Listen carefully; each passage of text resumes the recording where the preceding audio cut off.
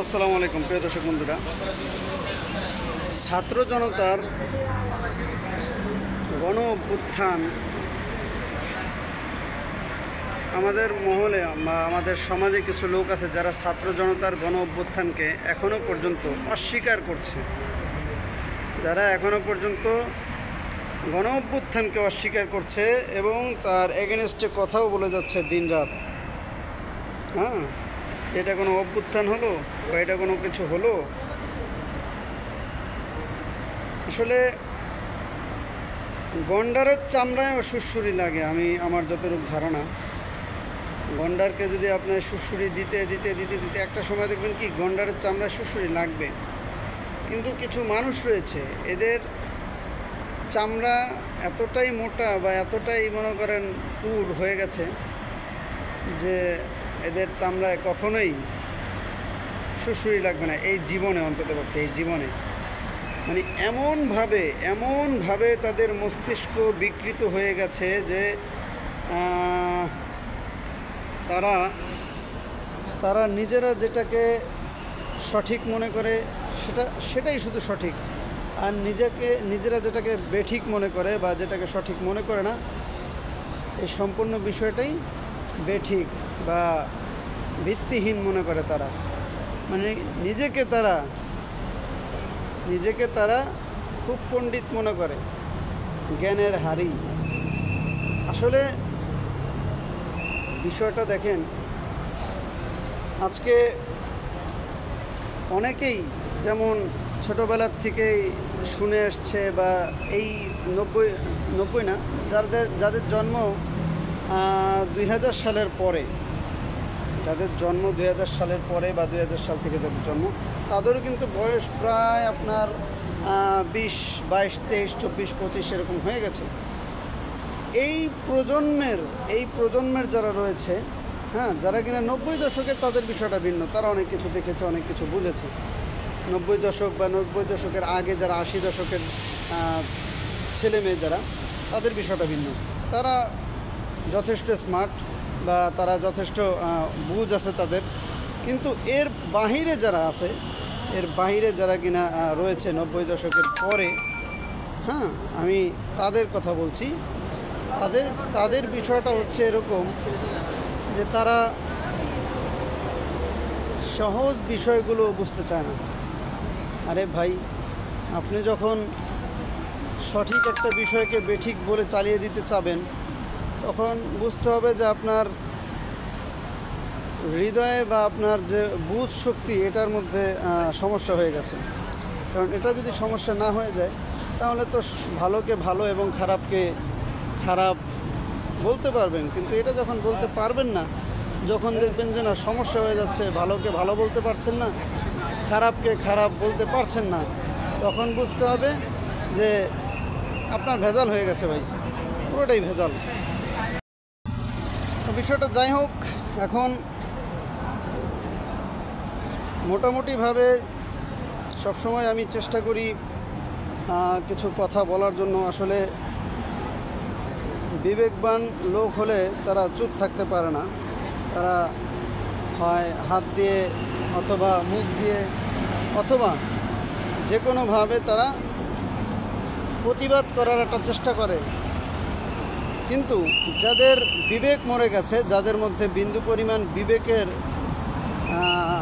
ছায়াও নেই বা বিবেক বলতে কোনো কিছু নেই, বিবেকহীন যাকে বলা হয়, এই ধরনের লোক তারা সব কিছু চুপচাপ হয়ে বসে বসে শুধু তামাশা দেখবে, তামাশা। এখন সমাজে দেখবেন 100 জন মানুষ থাকলে তার মধ্যে 1 থেকে 2 জন ব্যক্তি প্রতিবাদের জন্য এগিয়ে আসে, আর বাকি যারা 98 জন লোক, এরা কোনো প্রতিবাদে এগিয়ে আসবে না, এরা শুধু তামাশা দেখবে। এদের কাজ হচ্ছে তামাশা দেখা। হ্যাঁ, আপনি রাস্তায় অ্যাক্সিডেন্ট করে পড়ে থাকবেন, তারা আপনাকে ধরে হসপিটালে নেওয়ার আগে, হসপিটালে তো নেবেই না, বরঞ্চ আপনি পড়ে গেছেন, আপনার সাথে মরার আগে একটা সেলফি তুলবে, অথবা আপনাকে নিয়ে আগে একটা ভিডিও বানাবে যে হ্যাঁ অমুক জায়গায় একটা অ্যাক্সিডেন্ট হয়েছে, মানুষ কীভাবে মারা যায়। আপনারা যারা রাস্তায় বের হবেন অবশ্যই সতর্কতা অবলম্বন করবেন। এই ধরনের কথাবার্তা বা এই ধরনের ভিডিওগুলো তারা বানিয়ে সোশ্যাল মিডিয়ায় শুধু ছাড়ে। হ্যাঁ, কিন্তু কাজের কাজ খুব কম মানুষই করে ভাই, প্রিয় ভাই সব। সুতরাং আমার কথাটাও হচ্ছে এরকম যে আজকে ছাত্র জনতার গণ অভ্যুত্থানে বা এতগুলো ছাত্রদের প্রাণ, শিশু একবারে নিষ্পাপ শিশুরও প্রাণ চলে গিয়েছে এই গণ অভ্যুত্থানের পিছনে। এই জিনিসটাকে এখনো পর্যন্ত যারা অস্বীকার করে, আপনারা কথায় কথায় যারা রাজাকার খুঁজেন, যে কথায় কথায় যারা রাজাকার বলেন, আসলে রাজাকার না, এরা হচ্ছে মুনাফিক। এরা এক কথা হচ্ছে মুনাফিক। এদের মুখে একরকম, অন্তরে আর এক রকম, এবং তাদের কার্যক্রম হচ্ছে আবার আর এক রকম। বুঝতে পারছেন? এগুলো হচ্ছে মুনাফিকের লক্ষণ। মুখে একরকম, কথায় আর এক রকম, কার্যক্রম আবার আর এক রকম। এগুলোকে বলা হয় মুনাফিক। সুতরাং এখন অনেকের দেখা গেছে যে দেখেন ছোট ছোট অল্প বয়সী যারা বর্তমানে উপদেষ্টা রয়েছে, তাদেরকে নিয়ে অনেকে টিটকারি মারে। তাদেরকে নিয়ে বর্তমানে খুবই টিটকারি মারা হচ্ছে, যে অনেকে তো সরাসরি নাম উল্লেখ করে বলছে, হ্যাঁ, যে এরা কেন, এদেরকে সরাও, এদের কাজ কি ওখানে। আমি নাম বলতে চাই না, নাম ভাঙিয়ে বলতে চাই না। এখন যারাই কথা বলে যে ওরে ওইখানে কেন বা ওরে সরাও, আরে ভাই তুমি তখন কইছিলা। এই লোকগুলা যখন কিনা মারপিট সামনে একবারে সবার সামনে থেকে যখন কিনা তারা মার খেয়েছে, বিভিন্ন ধরনের জ্বালা যন্ত্রণা সহ্য করেছে, ভাই তুমি তখন কইছিলা। তোমাকে তো তখন মাঠে কোনো জায়গায় জনগণ দেখেনি, দেশের মানুষ তো তোমাকে তখন দেখেনি। তাহলে যখন যেখানে থাকার কথা ছিল সেখানে তুমি ছিলে না, আজকে যেখানে তোমার কোনো কথা বলার দরকার নেই সেখানে তুমি কথা বলছো, ভাই এটা তো ঠিক না। এটা তো ঠিক না, এটা তো তামাশা হয়ে যাচ্ছে, সম্পূর্ণ একটা তামাশা। এরপর আরও দেখা যাচ্ছে মাননীয় উপদেষ্টাকে নিয়ে, প্রধান উপদেষ্টা মহোদয় ডক্টর মোহাম্মদ ইউনূস, আরে ভাই আপনি যত বড়ই হ্যাডাম হন না কেন, আপনি যত বড় হ্যাডাম হন না কেন, আপনি কি পারবেন? আপনার পক্ষে কি বা আপনাদের পক্ষে কি সম্ভব, যেই দলেরই হন না কেন, আমি বিএনপি, জামাত, আওয়ামী লীগ সকলকেই বলছি, একবারে সকলকে নাম নিয়ে বলছি, ডক্টর মোহাম্মদ ইউনূস যেখানে যেতে পারবে, আপনাদের সব মিলেও যদি একসাথে এক পাল্লায় রাখা হয়, সেই পর্যন্ত আপনারা যেতে পারবেন না। চ্যালেঞ্জ চ্যালেঞ্জ চ্যালেঞ্জ, কখনোই পারবেন না। সুতরাং কথা বলার আগে একটু হুঁশ করে কথা বলতে হবে ভাই, একটু হুঁশ করে। একবারে বেহুশভাবে কথাবার্তা বললে এগুলো কিন্তু আসলে মানুষ খায় না এখন, বুঝছেন? মানুষকে কথা খাওয়াতে হলে বা মানুষকে যদি, মানুষের কথা আসলে নিজেকে আসলে একটু মানে চিন্তা ভাবনা করে দেখেন যে আসলে কি বলছি আমরা কি বলছি বা কি বলি। এটা যদি নিজেকে না বুঝি, নিজেকে যদি নিজে না বুঝি, না বুঝাই, তাহলে তো ভাই নির্বোধ মানুষ হাসে, এমন কথা বলে, হ্যাঁ এমন কথা বলে মানুষ, এগুলো তো মানুষ শুনলে হাসে ভাই।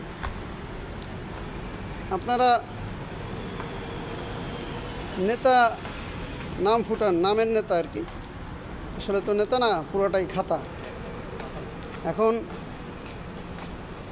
নেতা হয়ে যদি মনে করেন এই ধরনের কথাগুলো যদি বলেন বা এই ধরনের আলাপচারি যদি আপনাদের মাধ্যমে যদি হয়, তাহলে তো ভাই ইমেজ বলতে কিছুই থাকে না। অন্ততপক্ষে ইমেজ রক্ষার্থে যাই বলেন এটা একটু হুঁশ করে বলতে হবে। কারণ দেশের বর্তমান পরিস্থিতি সারা বছর আমরা যাদের বা আপনারা, আমরা তো না, আপনারা যাদেরকে গালিগালাজ করে রক কাটা শিবির বলেছেন, আজকে তারাই একবারে শিক্ষার কেন্দ্রবিন্দুর যে অবস্থা সেখানে কিন্তু তারা বসে পড়েছে। আপনি কিন্তু বসান নেই, আপনারা অনেক চেষ্টা করেছেন তাদেরকে ঠেকানোর জন্য, কিন্তু সম্ভব হয়নি। জনসাধারণ যেই ছাত্রছাত্রী সাধারণ শিক্ষার্থীরা যারা রয়েছে তারা কিন্তু তাদেরকে ঠিকই সেই উচ্চাসনে তাদেরকে বসিয়েছে। সত্য কখনো গোপন থাকে না ভাই, সত্য কখনোই। শিবির রক কেটেছে আজ পর্যন্ত কেউ প্রমাণ দিতে পারেনি, কিন্তু ছাত্রলীগ ছাত্রদল কি করেছে এটা কিন্তু সারা বাংলাদেশ দেখেছে এবং দেখছে। সুতরাং যাই বলেন ভাই, একটু হিসাব করে না বললে এটা তো ভাই পরবর্তীতে আপনাদের নিজের উপরেই সমস্যা হয়ে দাঁড়াবে। আসলে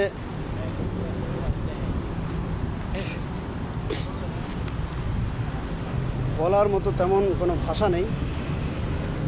যে একটা পরিস্থিতি বর্তমানে বিরাজ করছে, হ্যাঁ, বিভিন্ন ধরনের ইস্যু আসতেছে। আবার দলের সাহসী যে নেতাকর্মী যারা সারা বছর জেল খেটেছে আজকে বিএনপির জন্য, সেই নেতাদেরকে আজকে বাদ দিয়েছে। লুৎফুজ্জামান বাবরের কি দোষ? তার কি দোষ? দোষটা কি? তার দোষ একটাই, সে ভারতের এর সাথে কোনো আপোষ করে না, জাস্ট এটাই হচ্ছে তার দোষ। তার দোষ এতটুকুই, বাস।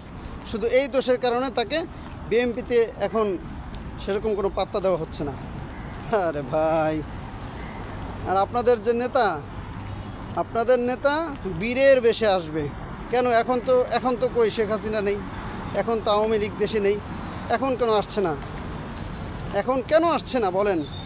আপনারা যাকে নিয়ে এত লাফালাফি করছেন সে এখন কেন আসছে না?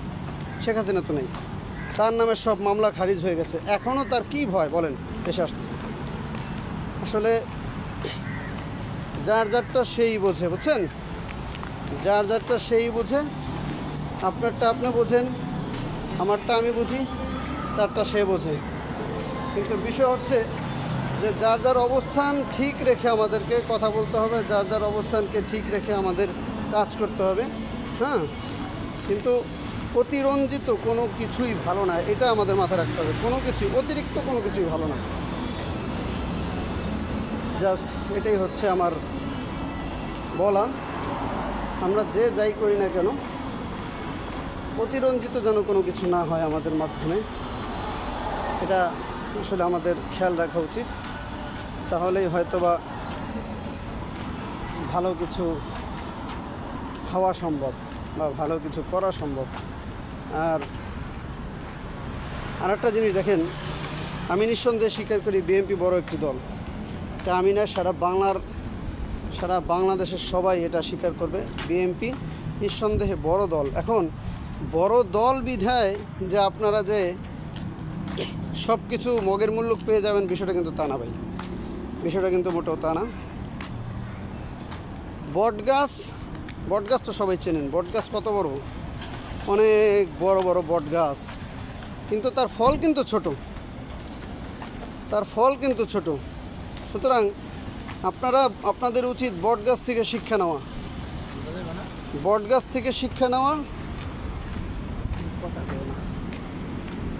বটগাছ থেকে আপনাদের শিক্ষা নেওয়া উচিত। কেন? গাছ যেই পরিমাণ বড় সেই পরিমাণ কিন্তু ফল ভাই সব গাছে হয় না। সুতরাং বটগাছ আপনারা হওয়ার চেষ্টা করেন না। আপনারা নিজেকে বটগাছ না বানিয়ে আপনারা অন্য কোনো গাছ বানান, যেটা গাছ মোটামুটি যাই হোক, কিন্তু ফল গাছের তুলনায় ফলটা যেন ঠিক মতো হয়। কিন্তু আপনারা যদি দিন দিন ধীরে ধীরে যদি নিজেদেরকে বটগাছ বানিয়ে ফেলেন ভাই রে ভাই, তাহলে কিন্তু ওই যে গাছ যতই বড় হোক না কেন, ফল হবে মাত্র এতটুকু ফল হবে। তো এই জন্য গাছের দিকেও খেয়াল রাখতে হবে, ফলের দিকেও মোটামুটিভাবে খেয়াল রাখতে হবে যে হ্যাঁ ঠিক আছে, গাছও যেন বাঁচে, ফলও যেন আসে। আর সমালোচনাটা বন্ধ করে দিতে হবে ভাই। মানুষের নামে সমালোচনা, হ্যাঁ, অমুকের নামে সমালোচনা, তমুকের নামে সমালোচনা, কোনো কিছু পাই না, কিছু করলেই জামাত শিবির, কেন রে ভাই? আপনি আপনার কাজ করেন, তারা তাদের কাজ করুক। আপনার কাজ আপনি করেন, আপনার নির্বাচনের কাজ আপনি করেন, তাদের নির্বাচনের কাজ তারা করুক। তাদের পিছনে লাগার কি দরকার বলেন? তাদের পিছনে লাগার কি দরকার? কই, তারা তো আপনাদের পিছনে লাগে নাই কখনো। আর আল্লাহ, কত কথা, এত কথা বলতে বলতে ভাই ভালো লাগে না। কথা অনেক বলে ফেলেছি, আর ভালো লাগে না এত কথা বলতে ভাই। কিছু করলে জামাত, কিছু করলে শিবির। আজকে সারা বাংলাদেশের মানুষের কাছে জামাত শিবিরের অবস্থান স্পষ্ট হয়ে গেছে, সারা বাংলাদেশের মানুষের কাছে। হ্যাঁ, সারা বাংলাদেশের মানুষের কাছে স্পষ্ট হয়ে গেছে যে হ্যাঁ, জামাত শিবিরের অবস্থানটা কোথায়। কিন্তু যেই পরিমাণ প্রোপাগান্ডা ছড়িয়েছিল আওয়ামী লীগ, যেই পরিমাণ প্রোপাগান্ডা ছড়িয়েছিল বিএনপি, এটাকে কিন্তু মানুষ পাত্তা দেয়নি। এটাকে মানুষ বা ছাত্র জনতা এটাকে কিন্তু পাত্তা দেয়নি। তারা খুব অ্যাপ্রিসিয়েট করেছে জামাত শিবিরের কার্যকলাপ দেখে। কারণ তাদের কার্যকলাপের মধ্যে কোনো চাঁদাবাজি নেই, তাদের কার্যকলাপের মধ্যে কোনো দখলদারি নেই, তাদের কার্যকলাপের মধ্যে এই ধরনের উল্টাপাল্টা কোনো কিছুই নেই। তাহলে মানুষ ভোট তাদেরকে দিবে না, তাহলে দিবে কি আপনাকে? হ্যাঁ ভাই, কাকে দিবে বলেন? আপনিই বলেন, কাকে দিবে? ভোট চান মানুষের। একটা কথা মনে রাখবেন ভাই, নিশিরাতের ভোটের কিন্তু এখন দিন নেই। আপনারা যদি কেউ এরকম মনে করে বসে থাকেন যা নিশিরাতে তো আমাদের একটা ব্যাপার স্যাপার হবে, ভারতের আপনার মোদি যে কিনা বলে আমি শিব ভক্ত, বিষ পান করে নেব। আরে ভাই, বিষ কতটুকু পান করেই দেখো না, বিষে কি তোমার চেনবে না তোমার শিবরে চেনবে? মন গড়া কিচ্ছে কাহিনী বানাইয়া যদি বলে যে আমি শিব ভক্ত, বিষ পান করলে আমার কিছু হবে না। আরে ভাই, খাইয়েই দেখো না, তুমি খাইয়েই দেখো বিষে কি তোমার চেনে কিনা। হ্যাঁ, বিষে কোনো প্রাইম মিনিস্টাররে চেনে না, কোনো ফকিররেও চেনে না, কোনো কেউকে চেনে না ভাই। বিষ তো বিষই, খাইবেন তো শেষ। তো এটাই হচ্ছে বিষয়।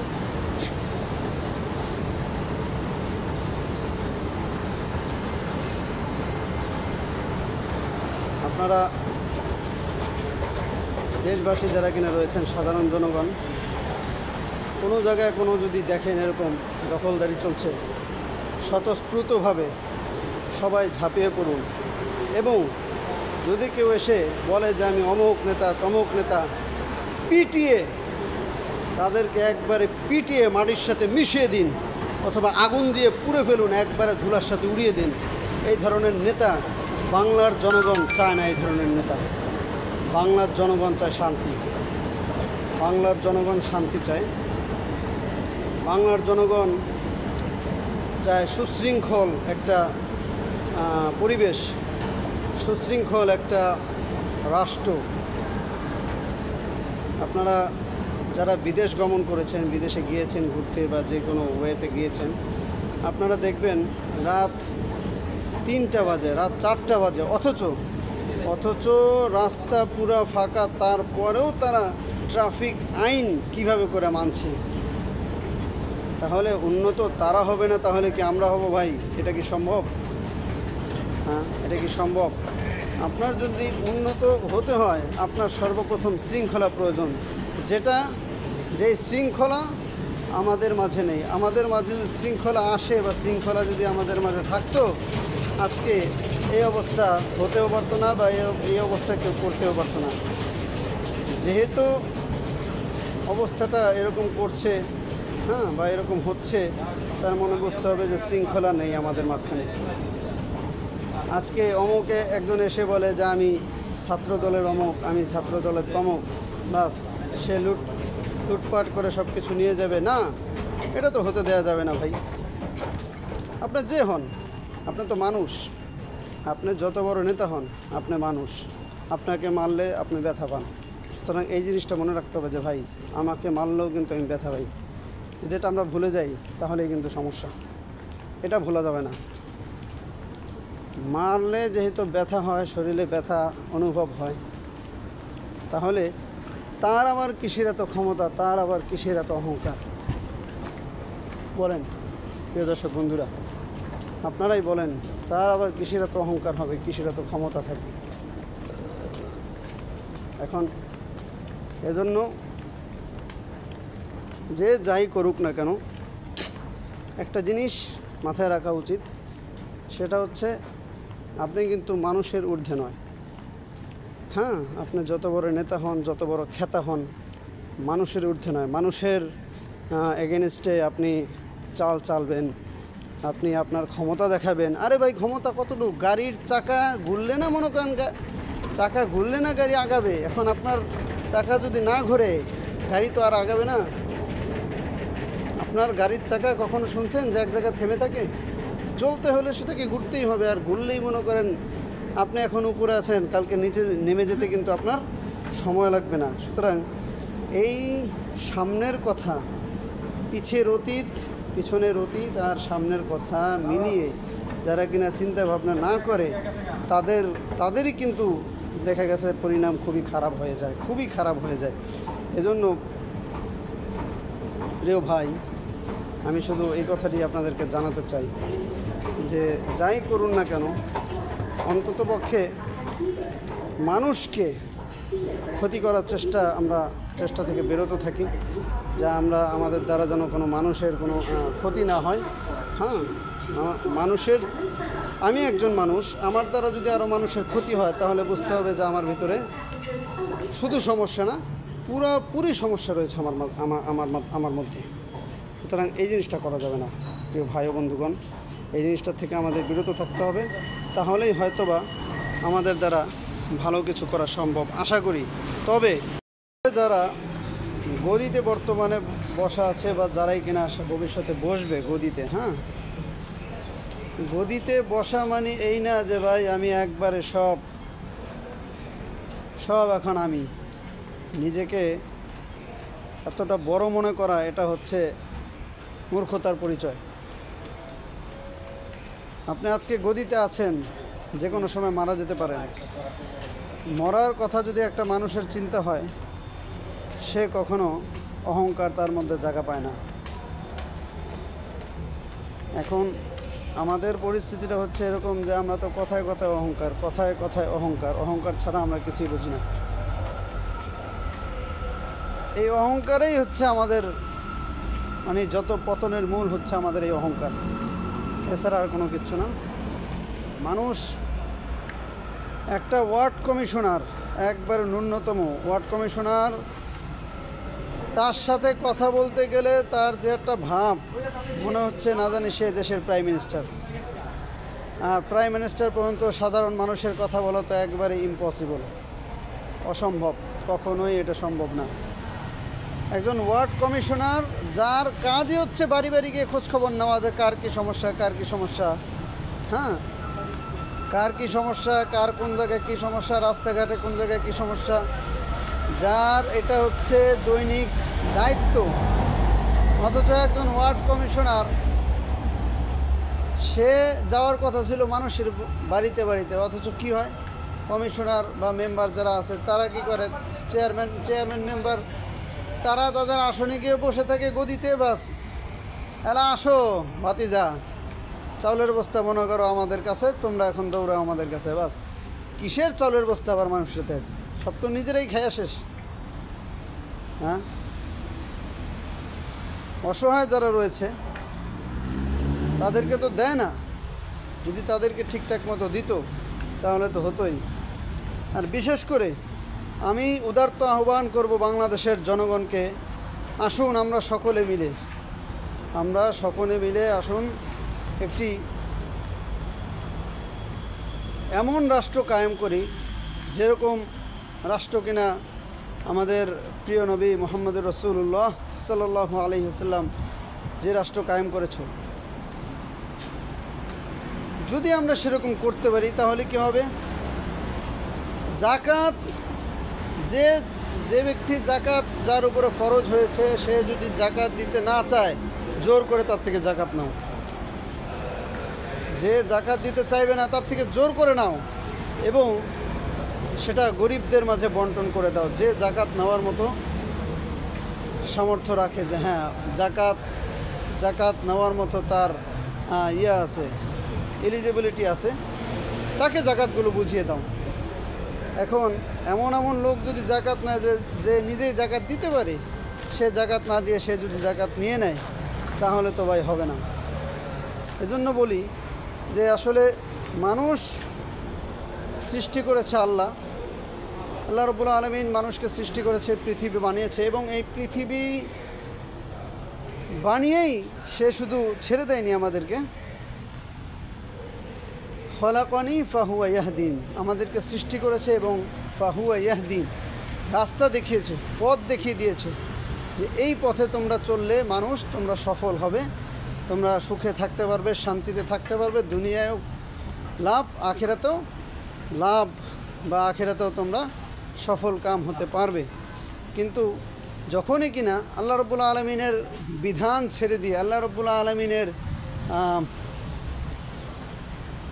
হুকুম আহকাম আমরা ছেড়ে দিয়ে, তার দেখানো পথ ছেড়ে দিয়ে যখন কিনা আমরা নিজেদের বানানো পথ অনুযায়ী যখন আমরা চলাফেরা শুরু করি, তখনই তো ভেজাল শুরু হয়ে যায়। ভেজাল তো আর অন্য কারণে শুরু হয় না প্রিয় দর্শক বন্ধুরা, ভেজাল হচ্ছে আল্লাহ যে আমাদেরকে বানিয়েছে তার দেখানো পথ অনুযায়ী তো আমাদেরকে চলতে হবে, তাই না? এখন যে যার ভাষায় যাই বলুক না কেন, দেখেন আপনি বেধর্মী হন বা আপনার যাই হন না কেন, সৃষ্টিকর্তা একজন, এটা মানতে হবে। সৃষ্টিকর্তা একজন, এটা যেই ধর্মেরই হোক না কেন ঐক্যমত। কিন্তু যারা নাস্তিক, আমি তাদের কথা ভিন্ন বলছি, তারা ভিন্ন, তাদের কথা ভিন্ন। কিন্তু যারা সৃষ্টিকর্তায় বিশ্বাস করে আমি তাদের কথা বলছি, যে তাদেরকে মানতেই হবে যে হ্যাঁ আল্লাহ রাব্বুল আলামিন এক, বা সৃষ্টিকর্তা বলতে একজন। এখন যিনি আমাদেরকে সৃষ্টি করলো তার দেখানো পথ অনুযায়ী চললেই তো আমাদের যত ভালো মঙ্গল বা আমাদের সব কিছু আমরা শান্তিতে থাকতে পারবো, মানুষ শান্তিতে থাকতে পারবে, পশু পাখিও শান্তিতে থাকতে পারবে এবং পুরা সমাজ সবাই উপকৃত হবে। সুতরাং প্রিয় ভাই ও বন্ধুগণ, আমাদের সকলেরই উচিত হিংসা বিদ্বেষ বাদ দিয়ে, অহংকার বাদ দিয়ে আমাদের সকলের নিজের ভালো নিজের চিন্তা ভাবনা করা উচিত। তো ধন্যবাদ, সকলেই ভালো থাকবেন। পরবর্তীতে হয়তো বা অন্য কোনো ভিডিওতে আপনাদের সাথে দেখা হবে। আজকে অনেকক্ষণ কথা বললাম, ভালো থাকুন সবাই, ধন্যবাদ। এজন্য সকলের উচিত আল্লাহ রাব্বুল আলামিনের কাছে নত স্বীকার করা, তাহলে দেশেও শান্তি হবে, সব কিছুতেই শান্তি হবে। এবং আমাদের যে মূল্যবান ভোট রয়েছে, এই মূল্যবান ভোট যদি আমরা সঠিক ব্যক্তিকে যদি না দেই বা সঠিক ব্যক্তিকে চিহ্নিত করে যদি না দিতে পারি, 500-1000 টাকা নিয়ে যদি আমরা বিক্রি হয়ে যাই যে ভাই, তাহলে তো ভাই কাল কিয়ামতের ময়দানে বা জবাবদিহির যে একটা বিষয় রয়েছে, তার জন্য কিন্তু আমাদের প্রত্যেককে জবাবদিহি করতে হবে যে কেন তুমি তোমার ভোট 500 টাকা 1000 টাকা বিক্রি করে দিলে। বিশেষ করে গ্রামের মানুষ চিন্তা করে যে ভোটের সময় আসলে খুব একটা ইনকাম জিনিসটাতে ইনকাম মনে করে। গ্রামের মানুষরা একটু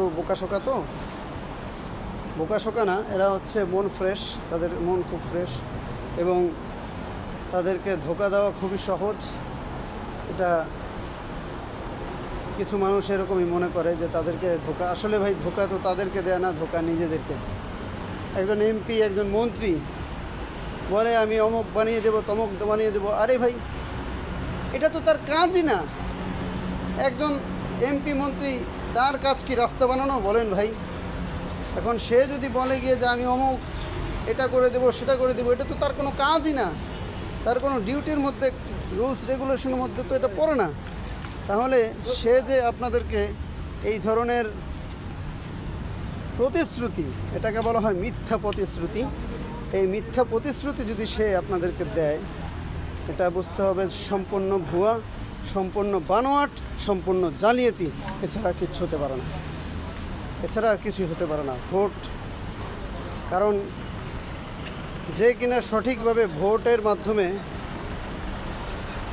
ইলেকশনের মাধ্যমে যে কিনা সিলেক্ট হয়, সে অন্ততপক্ষে মানুষকে এভাবে করে ঠকাতে পারে না। কারণ সে জানে যে ভোটটা পেতে তার কতটা কষ্ট হয়েছে, বা এই ভোট পেয়ে তার জয় লাভ করতে কতটা ত্যাগ তিতিক্ষা তাকে স্বীকার করতে হয়েছে, এটা সে বোঝে। কিন্তু যারা বোঝে না, যারা নিশিরাতের ভোটে যারা পাশ হয়ে যায়, গদি দখল করে, তাদের বিষয়টা হচ্ছে একেবারে ভিন্ন। সুতরাং প্রিয় দর্শক বন্ধুরা, আজকে এই পর্যন্তই থাক। পরবর্তীতে কোনো একটি ভিডিওতে আপনাদের সাথে আবার দেখা হবে। ভালো থাকুন সবাই, ধন্যবাদ।